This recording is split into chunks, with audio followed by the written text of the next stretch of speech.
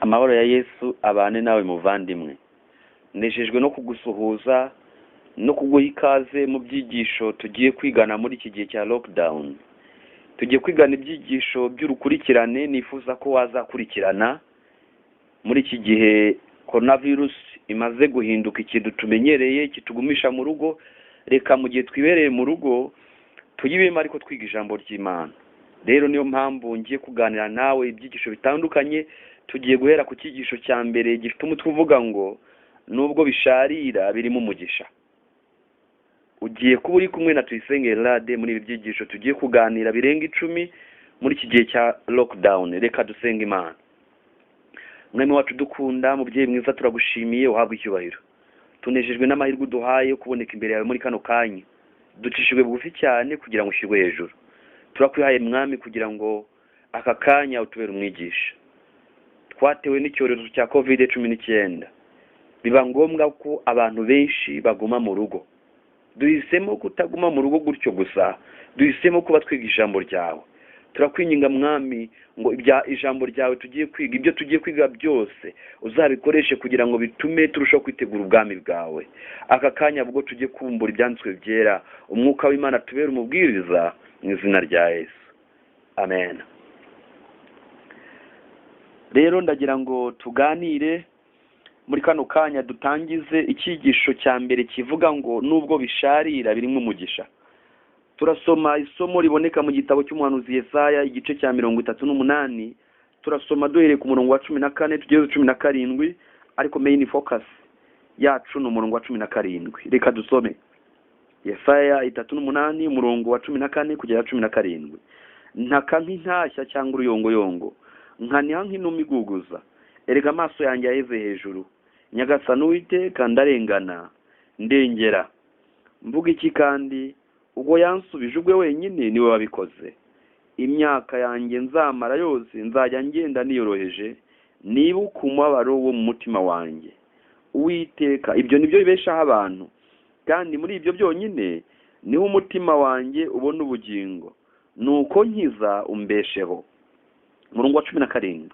Erega icyatumye ngira ibinsharira cyane no kugira ngo mbone amahoro, kandi urukundo wakunze ubugingo bwanjye rwatumye ubukiza urwobo rw'iborero.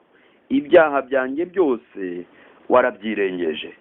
Ndagira ngo mu gihe tugiye kuganira muri iki cyigisho kivuga ngo nubwo bisharira birimo umugisha, tugire ikintu dutekereza. Imana yemera ko tunyura mu bisharira ngo tubone amahoro, kandi tubana amahoro nayo. Amahoro rero burya ni umutungo ukomeye Imana yifuza ko uwaremwe wese yagira. Ndagira ngo twongere dutekereze igihe Yesu yaragiye kuva hano kuri iyi si. Dusoma muri Yohana 14 umurongo wa 27, yaravuze ngo mbasigiye amahoro, amahoro yanjye ndayabahaye. Icyakora simba nk'uko ab'isi batanga. Imitima yanyu nihagarare kandi ntitinye. Aya ni amagambo meza. Yesu yabaye mu isi igihe kitari gito, ayibamwo, areba ibiyirimwo, kandi yahagira agahinda nk'uko natwe tukagira, hagira ibibazo nk'ibyo tugira. Ariko biratangaje kubona mu gihe yahamaze, igihe yari agiye kwigendera, atahasize ikintu abantu bajya bagirira umururumba, reka mbyite ntyo, abantu bajya bifuza cyane kuruta ibindi. Hari abantu bifuza amadiplome, bakifuza amadigiri, kandi abantu baba bayashaka. Hari abifuza imodoka, hari abifuza amazu, hari abifuza ibintu byiza bitangaje, hari n'abifuza abagabo, hari n'abifuza abagore, hari n'abifuza inzu nziza. Ariko biratangaje kuba mu gihe Yesu yamaze muri iyi si, yararebye agasanga ikintu kimwe rukumbi yasigira abantu kandi kikababera umutungo ukomeye. Biratangaje ko yabasigiye amahoro, akabona ari cyo kintu cyonyine yabasigira bagatuza. Biratangaje. Nuko agiye gusubira mu ijuru aravuga ngo mbasigiye amahoro. Ntabwo yigeze atungura mu kanwa ke ngo avuge ngo mbasigiye inzu, mbasigiye ibiryo, mbasigiye ABCD y'ibintu tujya dukenera muri ubu buzima. Biratangaje rero. Ibi rero bituma nongera gutekereza ikintu Bibiliya itubwira muri Zaburi ya 29 umurongo wa 11. Zaburi ya 29 umurongo wa 11 haranditswe ngo Uwiteka azaha ubwoko bw'imbaraga, Uwiteka azaha ubwoko bwe umugisha ari wo mahoro. Burya iyo umuntu akubwiye ngo Imana iguhe umugisha, buriya hari ikintu aba agusabiye, aba agusubije neza neza ku kintu Yesu yasize muri ubu buzima. Nicyo kintu yasize muri iyi si, aravuga ngo mbasigiye amahoro. Buriya iyo umuntu akubwiye ngo Imana iguhe umugisha, buriya bari kukwifuriza amahoro y'Imana. Biratangaje. Ndasubiramo aya masomo tuyahuze neza. Isomo rya mbere twasomye ryavuze ngo Yesaya 3:8-17, erega icyatumye ngira ibinsharira cyane ni ukugira ngo mbone amahoro. Ubu iri somo riravuze ngo icyatumye ngira ibinsharira cyane ni ukugira ngo mbone umugisha. Ko Zaburi 29:11 haravuze ngo Uwiteka azaha ubwoko bw'imbaraga, Uwiteka azaha ubwoko bw'umugisha ari wo mahoro. Ni ukuvuga ngo umugisha, iyo dusomye no mu Itangiriro 12:1-3, Imana ivuga ko Aburahamu Imana izamuha umugisha. None umugisha Yesu yazanye mu isi, akifuza ko abantu baba ariho bagumana mu bintu byose bakenera muri iyi si, ni amahoro. None na Bibiliya iravuze ngo Uwiteka azaha ubwoko bw'umugisha ari wo mahoro. Rero Yesaya nawe aravuze ngo icyatumye ngira ibinsharira cyane ni ukugira ngo mbone amahoro. Ndagira ngo rero dutinde kuri iyi ngingo, turebe ahantu byahurira. Yesu ati mbasigiye amahoro, umunyezaburi ati Uwiteka azaha ubwoko bw'umugisha ari wo mahoro. Ndagira ngo dutekereze kuri uyu mutungo ukomeye Yesu yadusigiye. Bavandimwe, ndagira ngo nongere nkwibutse ko muri iki gihe isi ibuze amahoro. Birakwiye yuko wowe nanjye twaba mu ruhande rw'Imana, tukanezezwa no kwakira ayo mahoro Imana itanga. Ayo mahoro iyo uyafite ushobora kuryama ugasinzira kandi waba uraye. Ayo mahoro iyo uyafite ushobora kubaho utuje, abantu bakakwibazaho kandi muri ubu buzima uri umukene. Ayo mahoro y'Imana, aya Yesu yasize, iyo uyafite birashoboka ko waba mu isi ihanganye n'icyorezo cya coronavirus COVID-19 ukaba utekanye kandi isi yabuze umutuzo. Ambasada yabiririmbye neza, iririmba indirimbo ivuga ngo amani. Avuga ko baririmba ngo amareta y'isi yarahagurutse kugira ngo bashakishe amahoro, ariko kugira ngo babone amahoro bakabona intambara. Aya mahoro urayakeneye, aya mahoro nanjye ndayakeneye. Aya mahoro ndagira ngo se n'ukwibutsa biri ikintu ivuga. Aya mahoro Bibiliya Pawulo yageze ubwo yandika ngo Yesu Kristo niwe mahoro yacu. Igihe rero Yesu yavuga ngo mbasigiye amahoro, yari atwihaye ubwe. Njya ntangara cyane iyo nsomye igitabo cy'umugenzi, ngasoma uburyo urugendo rw'umukristo rutangira, nkareba uburyo yagiye anyura mu bintu bitandukanye, ariko ntangazwa no kuba igihe yari ageze ku musaraba aribwo abantu baje baramubwira bati amahoro abe muri wowe. Byarantangaje cyane. Ibintu bisharira byose yanyuzemo, amahoro nyamahoro yayabonye ari uko ageze ku musaraba. Muvandi, hari abantu bashakira amahoro mu kunywa inzoga. Hari n'igihe umuntu avuga ngo nimbona umugabo nzaba ntuje, nzaba mbonye amahoro, ariko yamubona agasanga ahubwo nibwo ibibazo bitangiye. Hari n'igihe umuntu avuga ngo nimbona urubyaro, nimbona umwana nibwo nzaba mbonye amahoro, ariko yabona urubyaro akabyara nk'umeze nka Kayini akamuhekura. Rero ndagira ngo mbabwire, amahoro nyayo ni ukugira Yesu mu bugingo. Reka rero dufate akanya tuganire kuri iri jambo. Yesu ajya kujya mu ijuru, ubutunzi bukomeye yasize mu isi, si amazu, si amafaranga n'ibindi, ahubwo yasize amahoro. Rero Zaburi yabitubwiye ya 29:11, Uwiteka azaha ubwoko bwe umugisha ari wo mahoro. Ayo mahoro rero muri iki gihe cya coronavirus COVID-19 ndayagusabiye muvandimwe. Mu gihe isi ihangayitse, inama ni nyinshi ku isi, abantu bafite ubwoba, abantu bari kwibaza niba nabo batari bupfe bishwe n'iki cyorezo cyabaye pandemic, cyaretse kuba epidemic kiba pandemic, cyabaye ikisi yose, ntabwo cyabaye local ngo kibi cy'agace runaka gihita kiba pandemic. None abantu bafite ubwoba, ni gute umuntu yagira amahoro muri iki gihe gisa naho ibintu biri gusharira? Ni ikintu gikomeye cyane.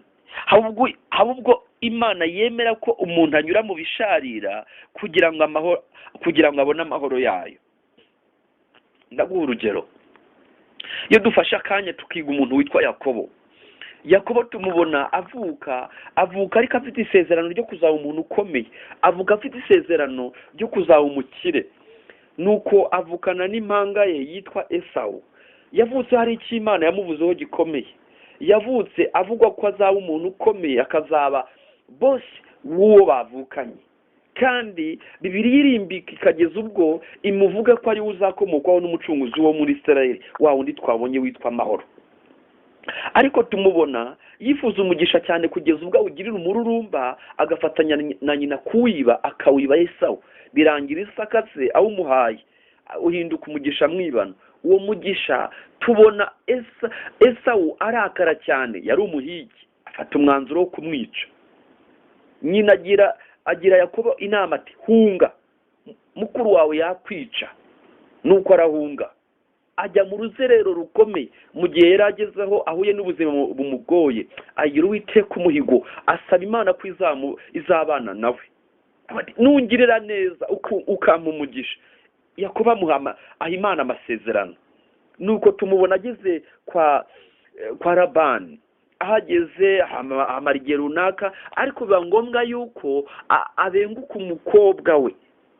Umukobwa wa mbere aramubenguka kugira ngo Labani amwemerere kumumuha. Aramubwira tugomba kumutendera imyaka 7. Yari inkwano yari agiye gutanga. Akora imyaka 7. Imyaka 7 irangiye ntibamuha uwo yakunze, bamuha Leya. Mukuru we bati si umuco ko umuntu yashingira umukobwa muto kandi mukuru wa gihari. Ati niba ushaka n'umuto kora indi myaka 7. Akora imyaka 14, ariyo ngiyo birangira uwo yakunze amubonye. Aragenda arakira, abo umuntu ukomeye, agira amatungo, agira abana, agira abantu, agira abagaragu. Umunsi umwe afata umwanzuro wo kwitahira ngo asubire iwabo. Nuko mu rugendo ataha yibuka ikintu gikomeye. Yari yarakoze icyaha, agikorera Esawu, agikorera se, agikorera n'Imana. Nuko mu gihe yatahaga yibuka yuko Esawu azamwica. Aravuga ati nzi ubwenge, nkuko n'ubundi izina rye risobanura Yakobo umuriganya. Afata umwanzuro ukomeye wo kohereza impano ngo zigende azishyikirize Esawu, acurure uburakari bwe. Nuko ariko nubwo byari bimeze bityo, umutima we nanone ugira ubwoba. Nuko rimwe ayohereza abantu abashyira ku ruhande, ajya ku ruhande arasenga kugira ngo nibura yumve ko umutima we watuza. None mu gihe yari atekanye afite ibintu yabiburiyemo amahoro, mu gihe yari afite abana yababuriyemo amahoro, mu gihe yari afite umugore, abagore beza yababuriyemo amahoro, yari afite n'injoreke 2. Niba twabita injoreke tubona ni nk'abaja bagomba gukorera abo bagore yari yahawe. Nuko ibyo byose abiburiyemo amahoro. Amatungo, yari umukire bikomeye, ari umuntu utunze bitangaje, afite ibintu, ariko yari umukire mu bintu, mu mutungo usanzwe, ariko ari umutindi mu mahoro Imana itanga. Yakobo aravuga ati mwe mwigihe hariya. Aragenda ajyukwe, akirana n'Imana, arasenga. Noneho ajya yabonana n'Imana neza. Icyaha yakoze kera mu myaka myinshi, yari atangiye gusaza, ariko icyaha yakoze kitarasaza. Ndagira ngo ngwibutse iki cyigisho ubwo tukiri kukiga, wibuke ko hari igihe ushobora gukora icyaha uri umwana muto, ukagenda usaza mu imyaka ikura, ariko icyaha wakoze kidasaza kikibukwa imbere y'Imana. Yakobo neza atungurwa no kuba urugamba rutangira mu mutima we, urugamba rw'intambara ikomeye. Nuzajya wumva intambara ikomeye ugasoma mu Byahishuwe 12, ujye umenya ko intambara ikomeye igomba gutangira mu mutima wawe, ukarwana n'icyaha kugeza ubwo Imana itangaza victory, igatangaza kunesha mu mutima wawe. Yakobo igihe yakiranaga na marayika aramubaza ati witwa nde? Ati ndi Yakobo. Noneho ntiyabeshya, yari yarabeshye ko ari Esawu. Noneho ntiyabeshya, ati ndi Yakobo, ndi umuriganya. Yashakaga amahoro, ya mpano twabonye itangaje Yesu yadusigiye. Ati ndi Yakobo. Ndakwibutsa yuko yari afite ibintu, yarabuze amahoro. Haba ubwo tubabara tukabazwa no kutagira ibintu no kutagira abantu, ariko ni gace ushobora gusanga umuntu abajwe no kutagira amahoro. Yakobo yagiye ku rugamba ashaka amahoro. Bibiliya itubwira ngo iki? Mu gitabo cy'umuhanuzi Yesaya. Dusoma mu gitabo cy'umuhanuzi Yesaya igice cya 40 n'umunani umurongo wa 22 amagambo avuga ngo nta mahoro y'abanyabyaha ni Uwiteka avuga. Yakobo se yari kugira amahoro ate kandi yaragundiriye icyaha kikaba kigifite ubushyashya imbere y'Imana? Igihe yakiranaga nibwo yakemuye ikibazo afitanye n'Imana, aza kuvumbura ko atakiranaga n'umuntu usanzwe, asanga yakiranaga na marayika. Aramubwira ati sinkure ku rutampawe umugisha. Umugisha n'uwe yashakaga kandi yari yarawibye. Umugisha mwibana ntiwamuhaye amahoro. Niyo mpamvu umunyezaburi yatubwiye muri Zaburi 29 umurongo wa 11 ngo Uwiteka azaha ubwoko bwe imbaraga, Uwiteka azaha ubwoko bw'umugisha ari wo mahoro. Noneho Yakobo ajya yavuga ati ndashaka umugisha nyawo urimwe amahoro, uwo nibyo nta mahoro wampaye. Nuko aramubwira ati witwa ndati ndi Yakobo. Aramubwira ati ubwo ukiranije Imana n'abantu ukanesha ntukitwa Yakobo ahubwo wiswe Isirayeli. Nuko Yakobo ahabwa umugisha, ahindurirwa izina ahita yitwa Isirayeli. Maze ababonye ikintu gikomeye nk'icyo umukristo yabonye igihe yarageze ku musaraba mu gitabo cy'umugenzi. Arabwirwa ngo amahoro abe muri wowe. Uwagize ibintu akabura amahoro, uwagize abantu akabura amahoro, uwagize inka akabura amahoro, noneho abanye amahoro n'Imana kukabonya umugisha nyawo. Ikigisho kiravuga ngo nubwo bisharira birimo umugisha. Ndagira ngo iki kintu tugitekereze neza. Turi muri coronavirus, ni igihe abantu benshi bahangayitse, ni igihe hagomba kubaho hakabaho crise economique, ubukungu bw'isi bukagwa, ubukungu bw'abantu bukagwa, bamwe bakirukanwa ku kazi, abandi bagahura n'ibibazo bikomeye. None bimeze bite? Kuki Imana yemeye ko ibi bintu biza? Ndagira ngo mbabwire ikintu gikomeye. Ikigisho kiravuga ngo nubwo bisharira birimo umugisha. Hirya ya coronavirus hari akaga ubwoko bw'Imana bugomba kwitegura, ariko babwitegura bate batabanje kubona amahoro? Ndagira ngo twibaze, ni ukubera iki Imana yemera ko ibintu nk'ibi bibaho, abantu bagahura n'ibibazo, bagahura n'ibintu bibasharirira nka COVID-19? Reka twumve amagambo ari muri manuscript release ya 19 page 279 n'abahanuzi n'abami mu Cyongereza page 277. Haranditswe ngo mu kwemera kwayo mahana abaho Imana ibifitemo umugambi runaka. Ni bumwe mu buryo yitabaza ngo ituma abagabo n'abagore basubiza ubwenge ku gihe. Ni ibikoresho byayo byo gukangura imitima y'abagabo n'abagore ngo bamenye akaga kabugarije. Ndasubiramo, mu kwemera kwayo mahana abaho Imana ibifitemo umugambi runaka. Ni bumwe mu buryo yitabaza kugira ngo itume abagabo n'abagore basubiza ubwenge ku gihe. Ni ibikoresho byayo byo kugarura imitima y'abagabo n'abagore ngo bamenye akaga kabugarije. Ndagira ngo iki kintu tugitekereze. Kuki Imana yemera ko hari ibintu bisharira bitugeraho? Ahubwo ibishaka ko abantu basubiza ubwenge ku gihe. Ahubwo ibishaka gukangura imitima y'abagabo n'abagore ngo bamenye akaga kabugarije. Ikigisho kiravuga ngo nubwo bisharira birimo umugisha. Isomo turi kuganiraho ni Yesaya igice cya 38 umurongo wa 17. Erega icyatumye ngira ibinsharira cyane ni ukugira ngo mbone amahoro, kandi urukundo wakunze ubugingo bwanjye rwatumye ubukiza ubwobo rw'iborero. Ibyaha byanjye byose warabyirengeje. None muvandi, haba hari ibisharira uri guhura nabyo muri uyu mwanya? Muri ubu buzima waba uri guhura n'ubuzima busharira?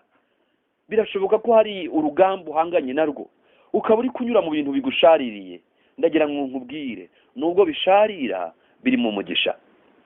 Hari amagambo makeya nifuza gusoma mu gitabo cy'ububyutse volume ya 6, ikigisho kizwe kuwa 4 Kamena 25 mu 2014, cyavugaga ngo umugisha utifuzwa n'umuntu n'umwe, ububyutse buva mu bigeragezo. Ndasoma mpereye ku page 70 ndakomeza ngire n'amagambo make ngeze kuri page 73. Haranditswe ngo Imana ikoresha umubabaro kugira ngo itwiyegereze. Muri Zaburi 34 umurongo wa 4 haranditswe ngo nashatse Uwiteka aransubiza ankiza ubwoba nari mfite bwose. Umubabaro utwegereza umwami wacu, kandi ibyo ni ibintu bitakorwa n'ikindi kintu icyo ari cyo cyose. Bishoboka ko waba warumvise umuntu avuga ngo ntubasha kumenya na rimwe niba Yesu ari ibyo ukeneye byose kugeza ubwo usobanukiwe ko Yesu ari ibyo ufite byose. igihe rero Yesu ari byo ufite byose, icyo gihe uzasobanukirwa ko mu by'ukuri Yesu ari we byose ukeneye. Iyi yari ingingo ivuga ngo Imana ikoresha umubabaro kugira ngo itwiyegereze. Umubabaro utwegereza umwami wacu. Ikindi, dukura mu buryo bwihuse cyane mu bihe bikomeye kuruta mu bihe byiza. Mu Baroma 5:2-5 hasobanura uburyo Imana ikoresha kugira ngo ireme imico yayo mu buzima bwacu. Mu by'ukuri Pawulo aravuga ati ahubwo twishimira no mu makuba yacu. Ibyo bishobora kugaragara nk'ikosa ariko si ikosa. Pawulo ntabwo avuga ko tugomba kuba abantu bishimira umubabaro bakanezezwa n'ibihe bikomeye nk'aho umubabaro ari ikintu kiryoshye. Icyo ngicyo ntigishobora kuba igitekerezo cya gikristo. Ntabwo Pawulo avuga ngo turishima kubera amakuba yacu, ahubwo aravuga ngo twishimira no mu makuba yacu. No mu bihe bigoranye cyane abantu b'Imana bashobora kwishima kubera ko Imana iba iri ku murimo, irimo gukorera ikintu cy'ingenzi cyane muri bo. Abaroma 5:3-5 basobanura ubwo buryo neza. Igitangira ari umubabaro, kirangira ari urukundo rw'Imana. Uko ni ugukura gushimishije cyane, ariko ntabwo ushobora kugera ku rukundo rw'Imana udatangiriye ku mubabaro. Ikindi kintu, imibabaro yacu itubashisha kubwiriza abandi. Mu rwa 2 rw'Abakorinto 4 dusoma ko Imana iduhumuriza mu makuba yacu yose kugira ngo natwe tubone uko duhumuriza abari mu makuba yose, tubahumurisha ihumure twahawe n'Imana. Ijambo ry'Igiriki ryasobanuwe guhumuriza muri uyu murongo ni naryo iya jambo Yesu yakoresheje muri Matayo 5:4. Imana iduhumuriza mu mibabaro yacu kugira ngo tubashe kubwiriza abandi mu izina ryayo. Nta muntu n'umwe ubasha gusobanukirwa na kanseri keretse uwayirwaye. Nta muntu n'umwe wakubwira ibyo gutandukana kw'abashakanye. Nta muntu n'umwe wakubwira ibyo gutandukana kw'abashakanye keretse uwamaze gutandukana n'uwo bashakanye. Nta muntu n'umwe wumva ububabare bwo gukuramo inda keretse umubyeyi wabuze umwana muri ubwo buryo. Nta muntu n'umwe uzi ububabare bwo kubura akazi nk'umuntu wigeze kubwirwa ngo turakwirukanye. Abakristo benshi bari ku rwego rwo kwigisha abandi ariko ntibabizi. Niba abandi banyuze mu magorwa akomeye y'ubu buzima, ariko muri byose baje gusobanukirwa yuko Imana ariyo kwizerwa. Abo bantu bafite ubutumwa bukomeye cyane bashobora gusangira n'abandi. Bashobora kuvuga badashidikanya bati Imana izabana nawe kubera ko yabanye nanjye. Uwo ni umugabane ukomeye ukwiye kuranga ubuhamya bwacu mu byo twanyuzemo. Imana izakugirira ibambe, iguha amahoro y'umutima kandi guhindurira amateka nk'uko yabingiriye. Koko rero benshi hari amashuri banyuzemo atagombye kubasiga nk'imbura mumaro. Icyigisho turi kwiga mu Cyibuke kiravuga ngo nubwo bisharira birimo umugisha. Ndagira ngo tugire ikintu dutekereza neza. Ari igihe umuntu agera mu bibazo, umuntu akagira ngo Imana yamusize. Nagira ngo wumve iki kintu ku ipaje 72 na 73. Kubera ko Imana ari umuhanga, nta kintu na kimwe kitubaho mu buzima gipfushwa ubusa. Umugambi Imana ifitiye abantu ugerwaho binyuze mu mubabaro, ariko nta na kimwe gipfa ubusa. Mu Baroma 8:29 hatubwira ko Imana yadutoranyirije gushushanywa n'ishusho y'umwana wayo Yesu Kristo. Ellen G. White asobanurira hamwe muri ubu buryo. Nubwo ishusho y'Imana yabaye nk'aho ikingirizwa n'icyaha cya Adamu, kubw'ubushobozi n'imbaraga za Yesu, iyo shusho ibasha kugaruka. Amena. Umuntu abasha kuba afite ishusho y'Imana mu mico ye kubera ko Yesu azamuha ubwo bushobozi. Niba wumva umutwaro w'Imana uremereye cyane ku buryo gutsikamiza hasi, gira icyizere ko nta na kimwe gipfa ubusa. Imana irimo kukubumbamo ishusho y'umwana wayo. Amina. Kubera ko Imana ari urukundo, ntizagusiga wenyine mu mubabaro. Iri ni isezerano rya kabiri ryo mu bahiriwe. Hahirwa abashavura kuko aribo bazahozwa. Matayo 5:4. Imana izakuzaho. Ushobora kuba utabyemera ariko ni ukuri. Imana yarabisezeranye. Iyo biza gushoboka nari gutondesha umurongo muremure w'abahamya bashobora kuvuga uburyo Imana yabanye nabo mu bihe by'umubabaro ukomeye cyane. ndagira ngo twumve iki. Nyuma ya Karuvari nta kintu na kimwe Imana ikeneye ngo yemeze abantu. Ni gute washidikanya urukundo rwayo nyuma yo kureba uburyo Yesu yavaga amaraso ku musaraba? Naje kubona yuko ibi bidashobora gusubiza buri kibazo, ariko bisubiza ikibazo kimwe cy'ingenzi. Mbese Imana inyitaho mu kababaro kanjye? Igisubizo ni yego. Imana ikwitaho, ariko niba ushidikanya mu rukundo rwayo, hanga amaso ku musaraba kandi urahumurizwa. Icyigisho cyacu kiti nubwo bisharira biri mu mugisha. Muvandimwe, isomo riti Yesaya 3:8-17, erega icyatumye ngira ibinsharira cyane ni ukugira ngo mbone amahoro. Ndagira ngo nsoze icyigisho nkwibutse umugambi Imana ifitiye ubugingo bwawe. Ni umugambi mwiza. Hirya y'ibintu uri kunyuramo bisharira, ndagira ngo nkwibutse ko yishe umugambi w'Imana mwiza. Imana irifuza kubona amahoro, atari yayandi isi itanga. Yesu arabavugira ati simbaha nk'uko ab'isi batanga. Arababwira ati mu isi mugira umubabaro, ariko nimuhumure nanesheje isi. Imana irifuza kuguhera amahoro mu bigushaririye. None se muvandi, waba uhanganye n'urugamba rutoroshye rw'ibintu bigushaririye? Ntabwo nzi ibyo uhuye nabyo bigusharirira, ariko uko byamera kose zirikana yuko Imana irifuza kubonera amahoro mu bigusharirira. Isomo riti erega icyatumye ngira ibinsharirira cyane ni ukugira ngo mbone amahoro, kandi urukundo wakunze ubugingo bwanjye rwatumye ubukiza urwobo rw'iborero. Ibyaha byanjye byose warabyirengeje. Ongera utekereze Yakobo. Yakobo yanyuze mu buzima bugoye, ubuzima busharira, bwari ubuzima bugoye, ariko ibyasaga n'umushari, ibyasaga n'ibimusharirira yabiboneyemo amahoro.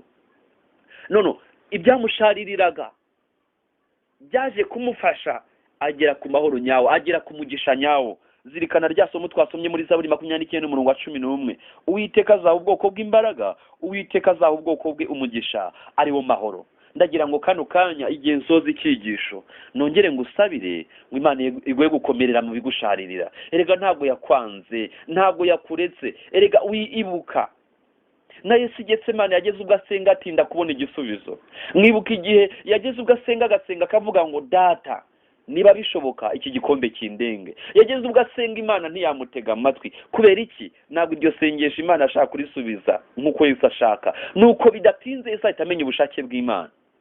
Arasenga aravuga ati bye kubuko nshaka ahubwo yuko ushaka. Hari igihe rero Imana ikwihorera ukamwira kuri icyo gikombe. Reka rero nkwibutse nubwo bisharira birimo umugisha. Humura. Amagambo meza musomeye ni amagambo avuga ngo igitangira ari umubabaro kirangira ari urukundo rw'Imana. Uko ni ugukura gushimishije cyane, ariko ntabwo ushobora kugera ku rukundo rw'Imana udatangiriye ku mubabaro. Uwiteka gukomeze, Uwiteka guhe guhumurizwa, kandi nturi wenyine. Ndakwibutsa ko Yesu yitwa Emmanuel, Imana iri kumwe natwe. Humura, Imana iri kumwe natwe. Erega amakoma ava akomeye, amahoro kugira ngo aboneke byasabye Karuvari. Aya mahoro dusomye ngo nubwo bisharira birimo umugisha, erega icyatumye ngira ibinsharirira no kugira ngo mbone amahoro. Aya mahoro kugira ngo aboneke byasabye ko Yesu abone amena amaraso. Humura, amahoro ava akomeye. Uwiteka kurebe neza kandi Uwiteka guhire. Nturi wenyine mu byurimo, ndakurarikira gukomera kandi nguzirikane yuko Yesu aba hafi y'abageragezwa bose. Humura kuri iruhande kandi wumva ijwi rye akuri iruhande akubwira ati humura, tuza ndi kumwe nawe. Yesu aguhire mu izina rya Yesu. Mwami wacu dukunda, mubyeyi mwiza w'impuhwe n'imbabazi nyinshi, turagushimiye, izina ryawe rihimbazwe. Tugushimiye amagambo meza utwigishe muri aka kanya. Nukuri tubonye ko nubwo bisharira birimo umugisha.